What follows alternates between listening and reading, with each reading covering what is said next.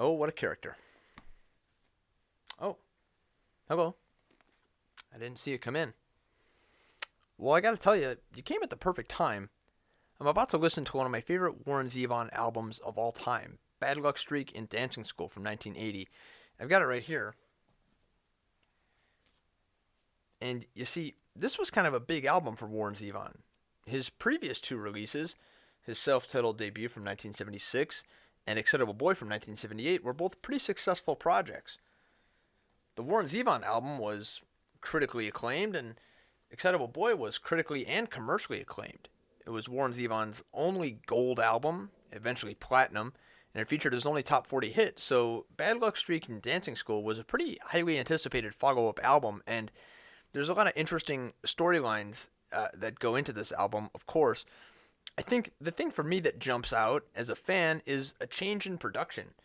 With the Warren Zevon album in 1976, Jackson Browne produced it, and for Excitable Boy in 1978, it was produced by Jackson Browne and Waddy Wachtel, but Warren decided to make a change with this one. He produced the album himself, along with Greg Ladanyi, and there are reasons for that, but I think just for me as a fan, it makes me wonder, what would have happened? How would this record have done? What would have happened with Warren Zevon's career, had he stuck with Jackson and or Waddy, for the production? But we'll get into that and much, much more on this episode of the Zevon Chronicles, coming up next.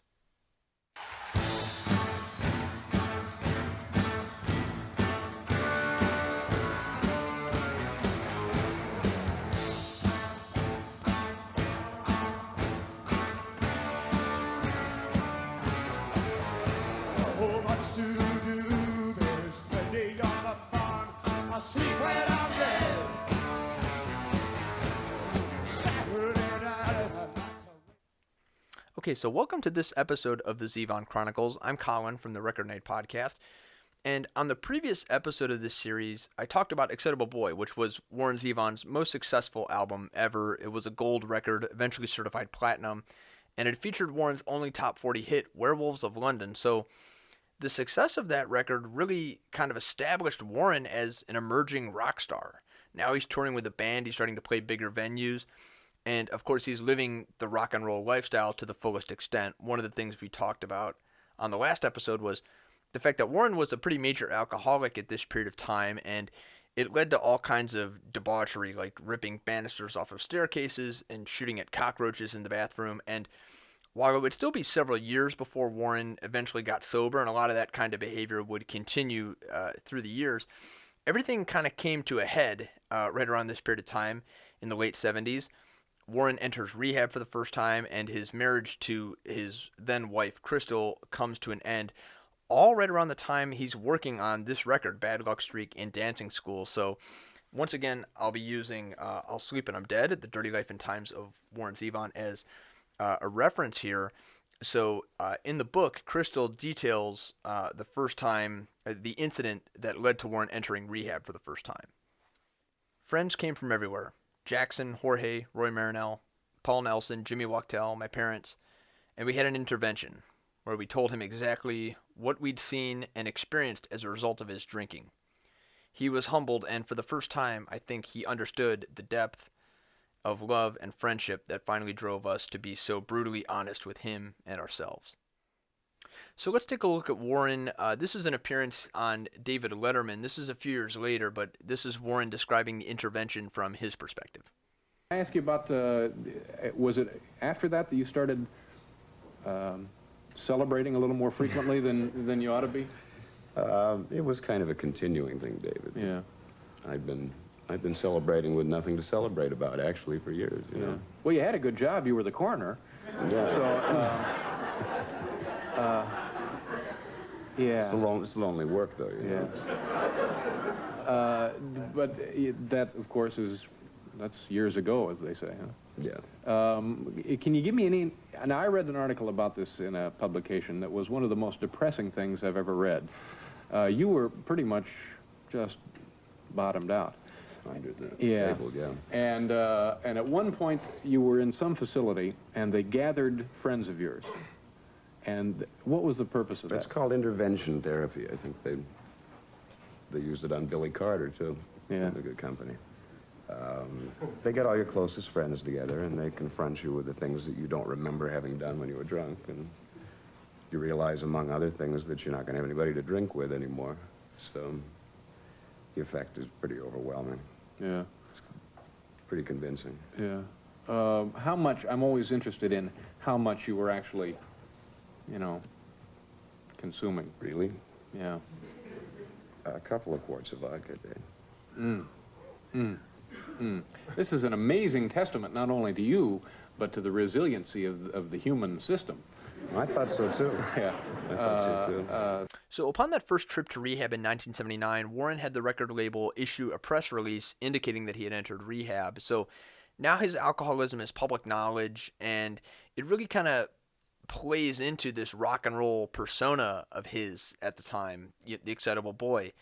And it ends up being a kind of a theme on Bad Luck Streak and Dancing School. So despite the fact that Warren entered rehab in 1979 and underwent the intervention, it would still be a long time before he got completely sober. As I said, Warren went through, I don't even know the number. I did know, but maybe 12 treatment centers. He got sober and drank many, many times. People, those close to Warren in the book, describe him going through several relapses, periods of time where he would stop drinking briefly and then kind of go on a binge, and oftentimes he would check into a hotel for these binges, and his road manager at the time, George Gruhl, recalls one of those occasions. In the book, he says, "He was at the Chateau Marmont, and I got a call from the cops to come get his gun.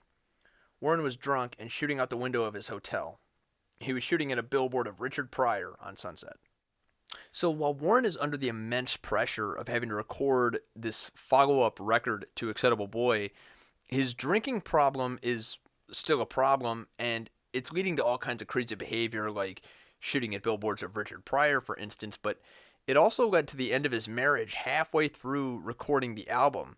And, you know, one of the reasons this book is so good is it describes Warren fully, the good, the bad, and the ugly, and one of the themes in this book is that Warren was this Jekyll and Hyde type of, you know, when he was sober, he was the most wonderful romantic guy on the planet. And then he would get drunk and become this total abusive asshole. And it's an instance like that that Crystal describes in the book that ended their marriage.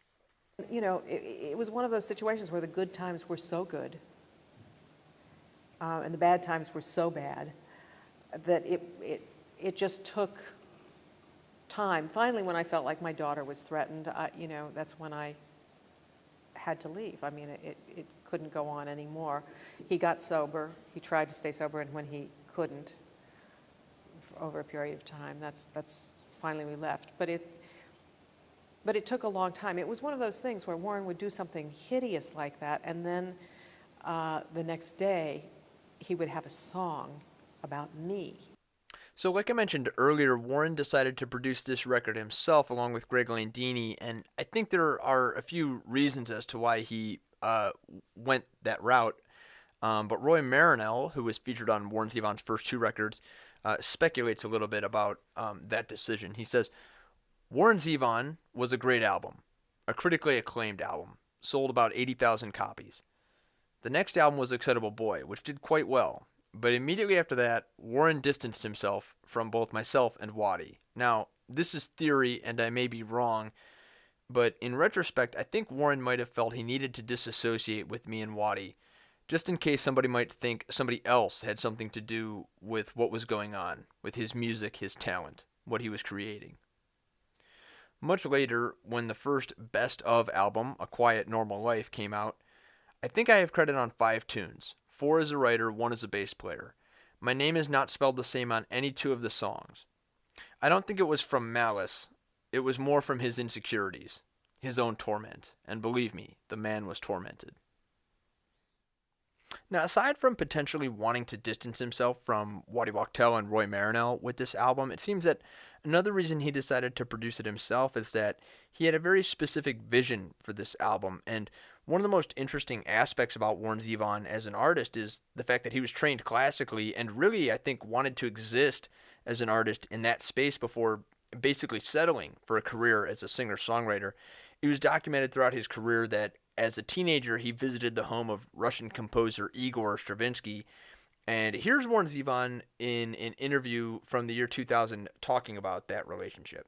How old were you when you started playing music? Like 3. So would the term prodigy apply? No, you have to be good, not just enthusiastic. I studied piano for a while, but I always wanted to play it, and I started writing classical music, getting interested in classical music, young enough to be called a prodigy if I'd been, prodigiously talented or succeeded in any public way. Your relationship with Igor Stravinsky has been written about. Has it been overstated? It's always exaggerated. But that's the nature of things. Sometimes you just stand back and smile and let it be exaggerated when it's flattering. But I knew him, it's unusual, I think. I don't think there are too many of us old rock musicians who knew Stravinsky. And I visited his house, but I was kind of taken under the wing of his associate, a great conductor and a great music writer and critic named Robert Kraft. Did you ever write your own symphony? Yeah. I play it for a couple of people that are familiar with that kind of stuff. I played them, as you can imagine, I played them like this synthesizer sampler rendition of it. So based on this upbringing and background, Warren had toyed with the idea throughout his career of releasing a symphonic work. Here he is in an interview all the way back in 1976 talking about the possibility of releasing a symphony. Your music is of a certain kind. I guess you could call it, what do they call it? L.A. country rock. I don't know. Could think of a lot of terms, I guess. But what you first started playing when you were younger was classical music. Yeah.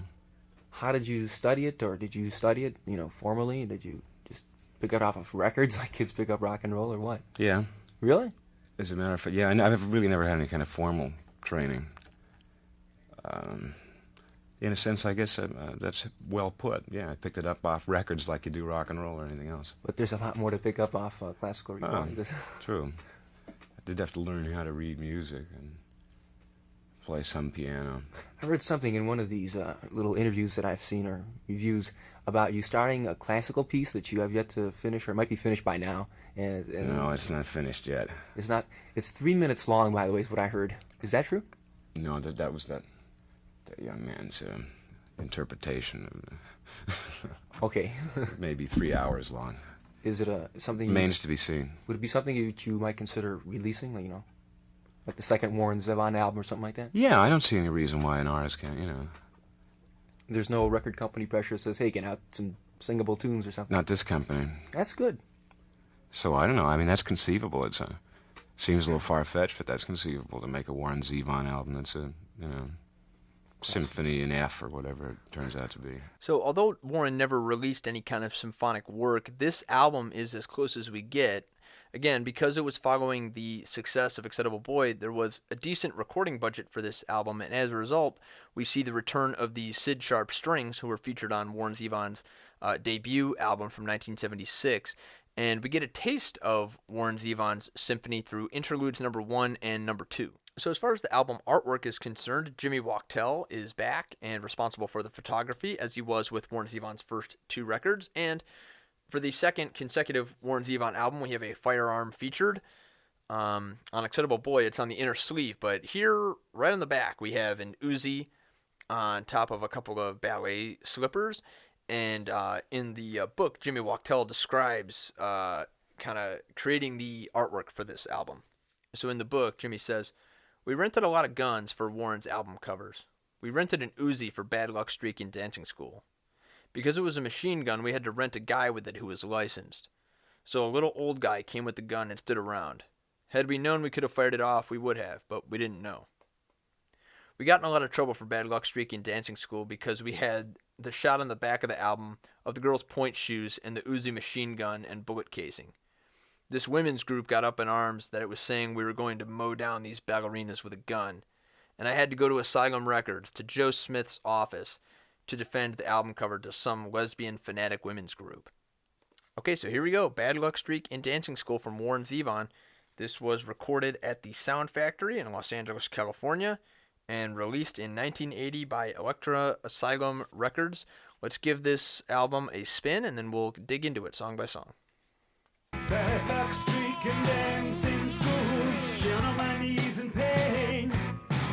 Bad luck streaking dance in school, swear to God I'll change.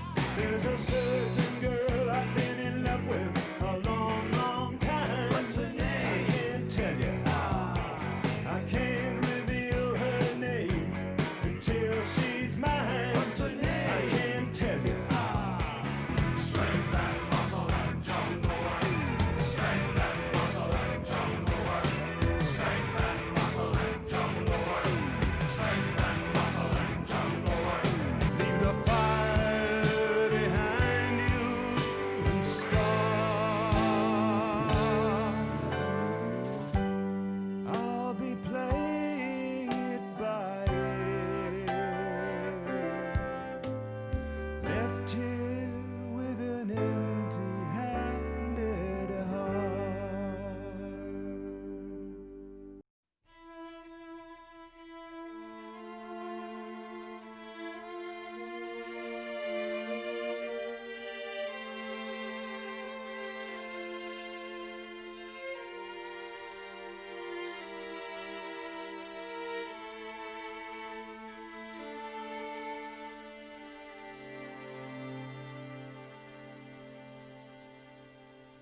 Sweet home Alabama, play that dead band song.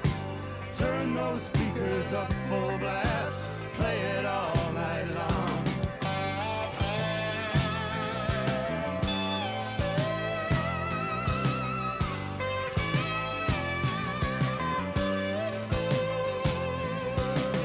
Jeannie needs a shooter, shooter like me. Jeannie needs a shooter. Jeannie needs a shooter, shooter on her side. Jeannie needs a shooter.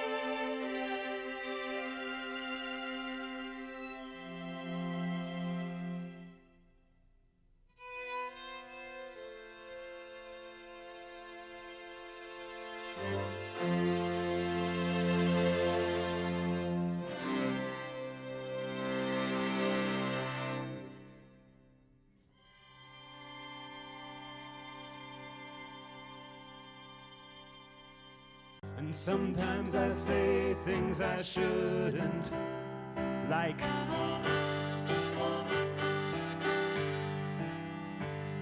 and sometimes I say things I shouldn't, like they say Jesus will find you wherever you go, but when he'll come looking for you, they don't know. In the meantime, keep your profile low. Gorilla, you're a desperado. Better call Latin nails through the smoke behind the veil. Bed of calls, Latin nails through the smoke behind the veil. Wild age, it's the wild age, and the law can't stop it. No one can stop it. The wild age.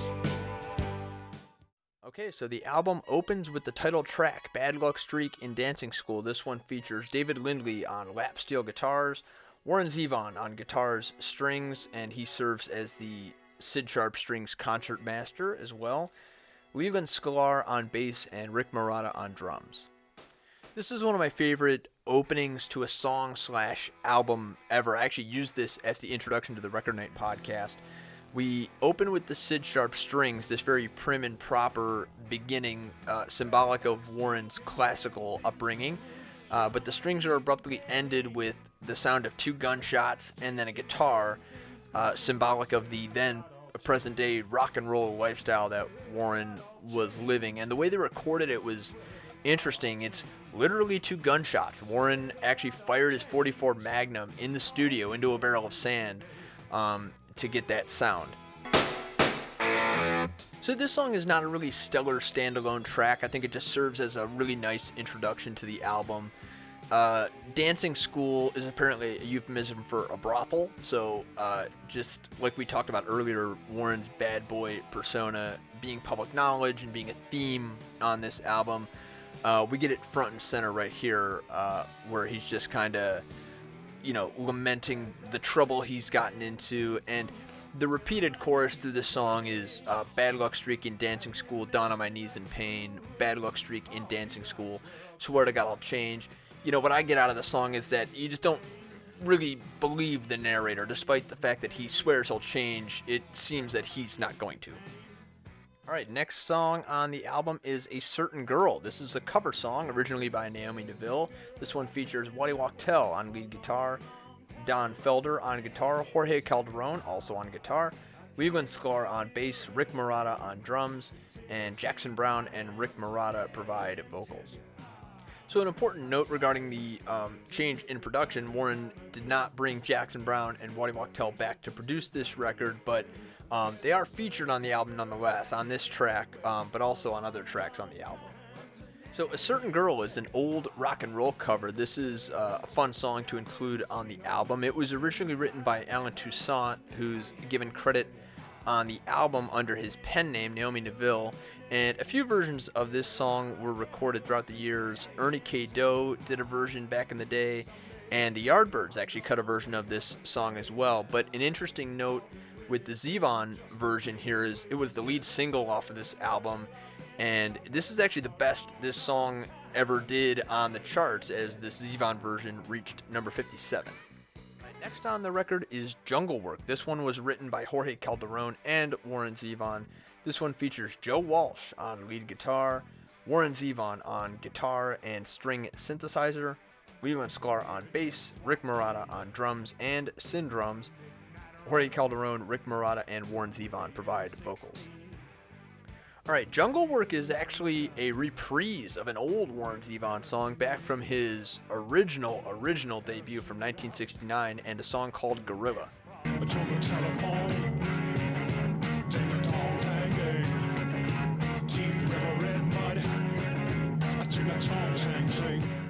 So this is the first Warren Zevon album to feature synthesizer-type instruments, and this song, Jungle Work, is the first time we hear them on the album, with Warren Zevon playing a string synthesizer and Rick Marotta playing syn drums. And I definitely enjoy the syn drums in the song. They have a really cool sound to them.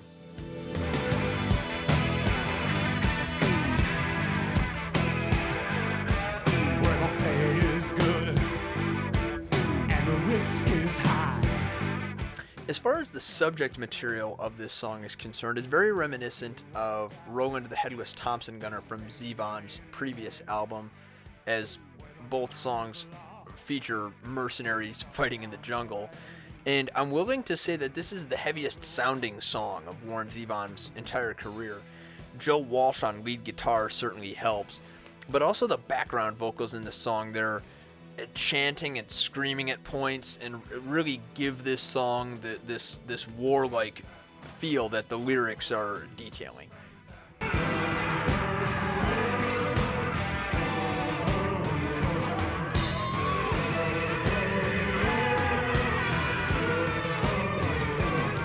Alright, next on the album is Empty-Handed Heart. This one features Waddy Wachtel on guitar, Warren Zevon on piano, strings, as well as Sid Sharp, concert master. Leland Sklar on bass, Rick Marotta on drums, and Linda Ronstadt provides a beautiful descant at the end of the song. So a feature of these early Warren Zevon albums, and really all his albums, come to think of it, are these beautiful ballads. So in 1976 we get Hasten Down the Wind. On Excitable Boy in 1978 we get Accidentally Like a Martyr, and on this record we get Empty Handed Heart. And I think this one might be the best of those three. This was written for his wife Crystal, whom he recently separated from, and it's just beautifully written. He says, Girl, we had some good times. Time does not stand still. It's rolling like a rock slide down a hill.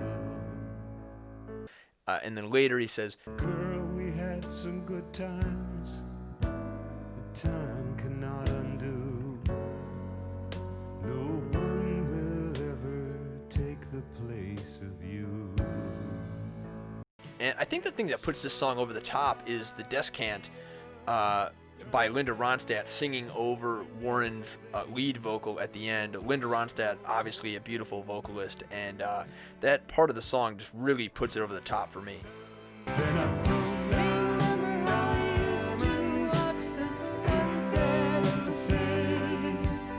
Then I throw down diamonds in the sand. Then I throw down diamonds in the sand.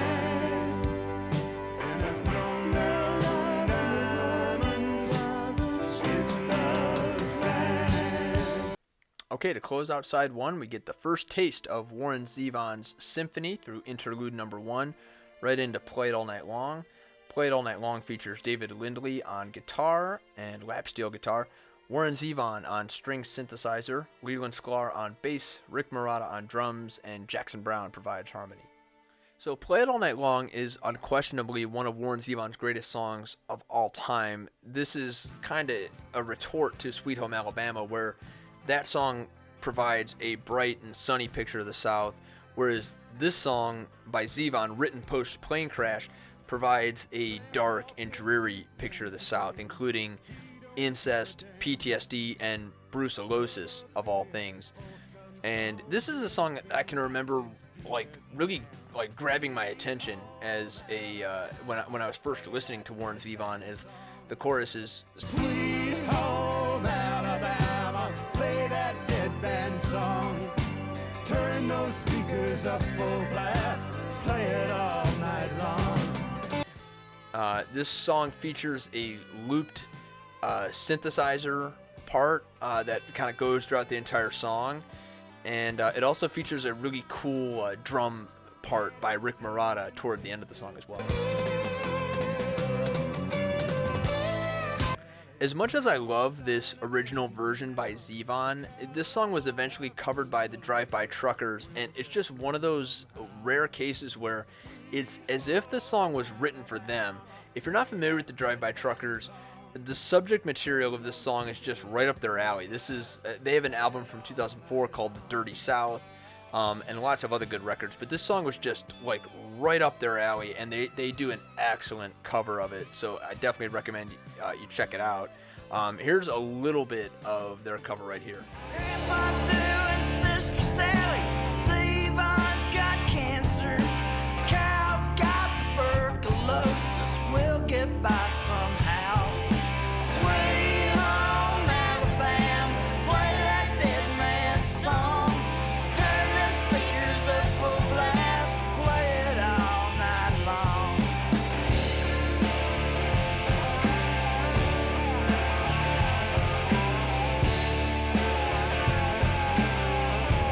It's an excellent cover, and they also integrate another Warren Zevon song into it, Ain't That Pretty at All, which is from Warren Zevon's 1982 album, The Envoy. And I've been around the world, and it ain't that pretty at all. So I'm gonna throw myself against the wall. I'm gonna hurl myself against the wall. 'Cause I'd rather feel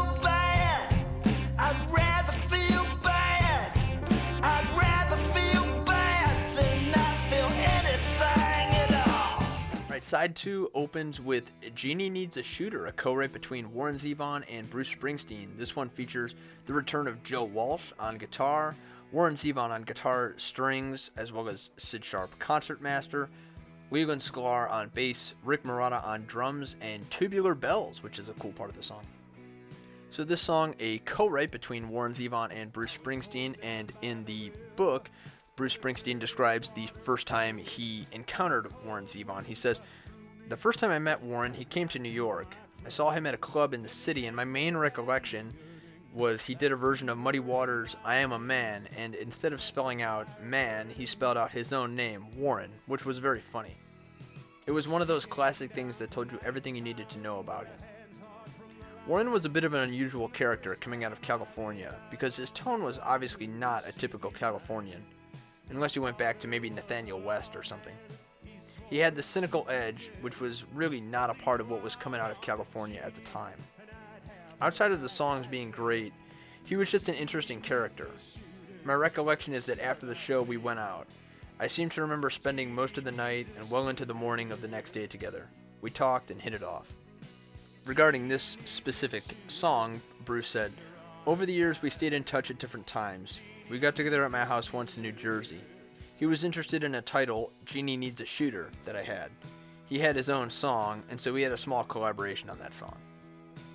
So Warren liked the title and wrote his own song for it, but what's interesting is that Bruce had his own version of this song, Janie Needs a Shooter, that kind of circulated throughout the years. I had heard bootlegged versions of it here and there, but on Springsteen's latest record, Letter to You, he finally officially released his version of the song.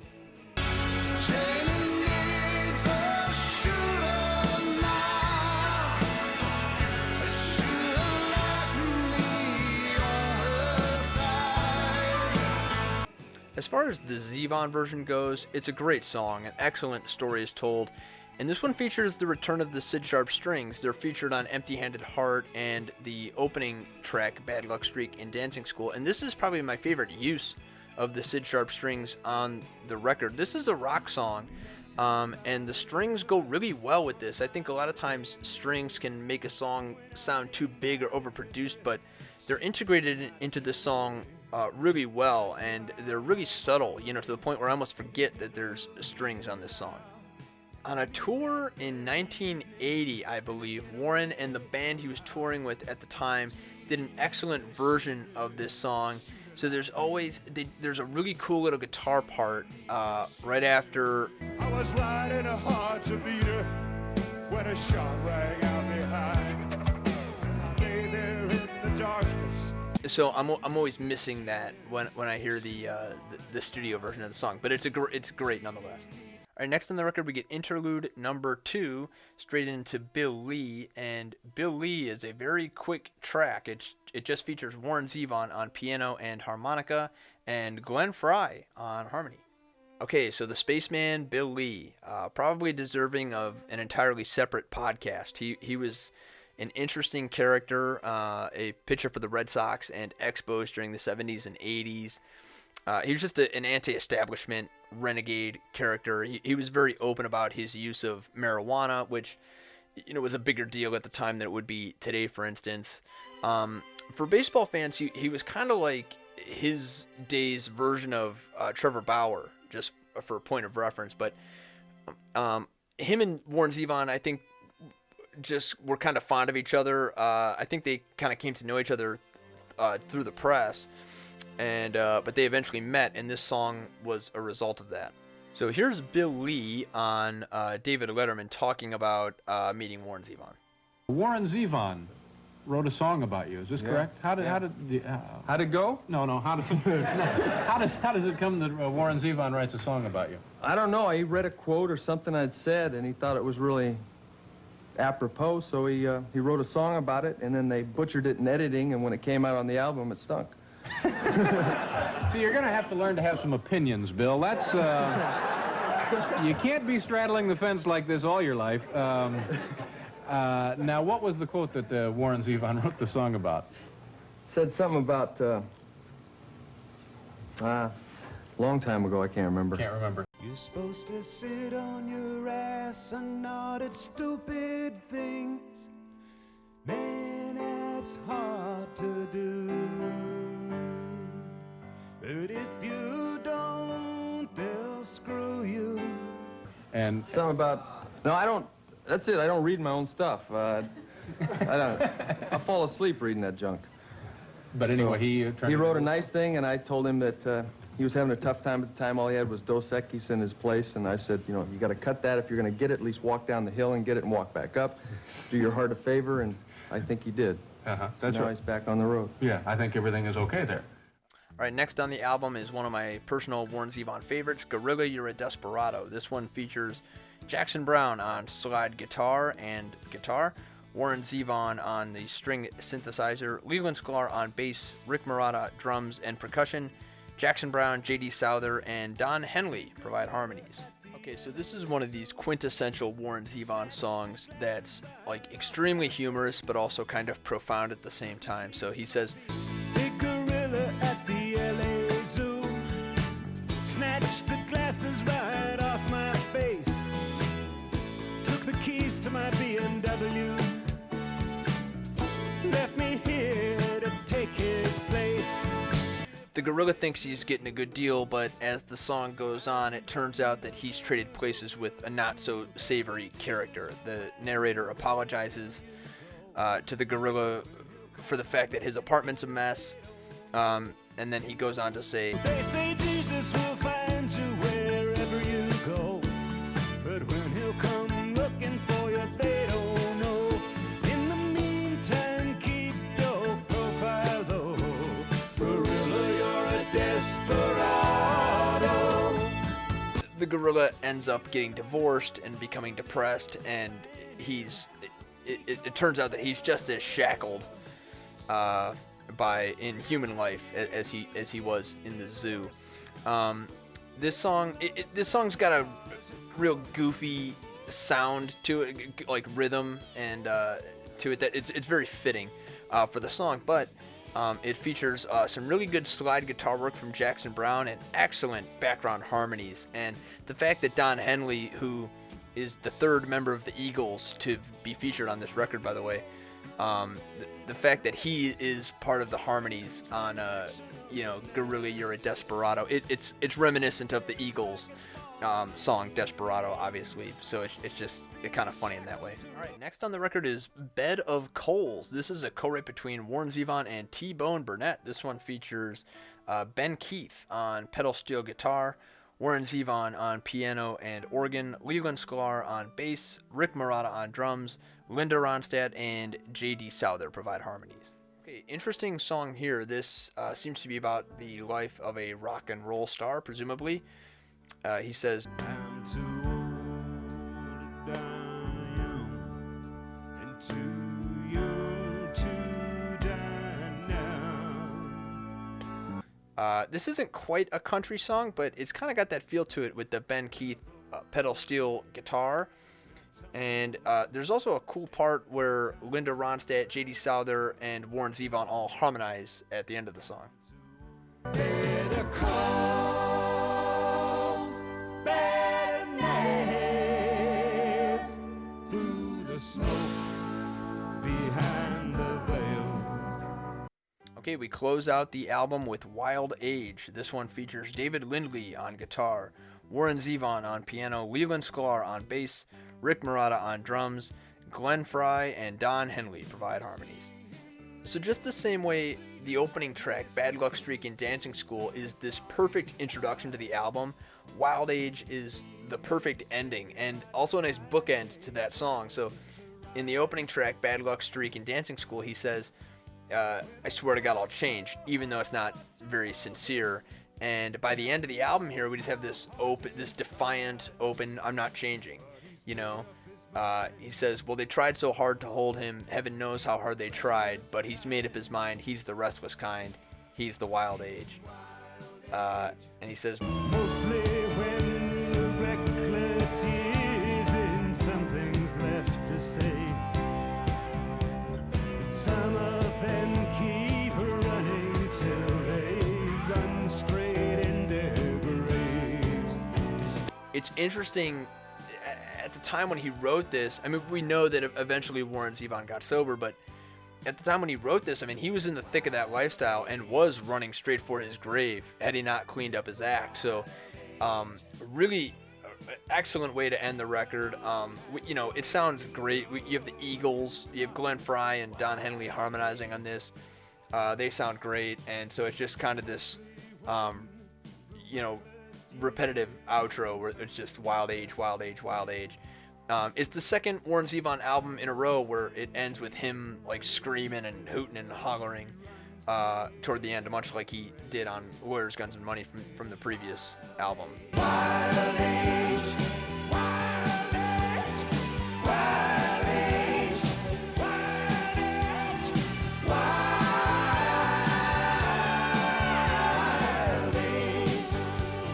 And so I just think it just fades out at the end. So a perfect end to the album, if you ask me. Okay, so that was it. Bad Luck Streak in Dancing School from Warren Zevon. I think this is an excellent album. Like I said, it's one of my favorites from Warren Zevon. Still, I wonder, like I speculated at the beginning, I just wonder if Jackson Browne and or Waddy Wachtel had produced this record. You know, could they have done something different to make it more commercially viable or successful in some way? Or, you know, was Warren Zevon's tumultuous personal life just too much to overcome? Probably the latter, but I wonder nonetheless. But where does this album stack up for you in Warren Zevon's discography? Let me know in the comments below, and stay tuned for the next episode of the Zevon Chronicles, where we will talk about The Envoy from 1982. Until then, thank you for watching. I was staying at the Westin, I was playing to a draw. Me and walked Charlton Heston with the tablets of the law. He said, it's still the greatest story. I said, man, I'd like to stay, but I'm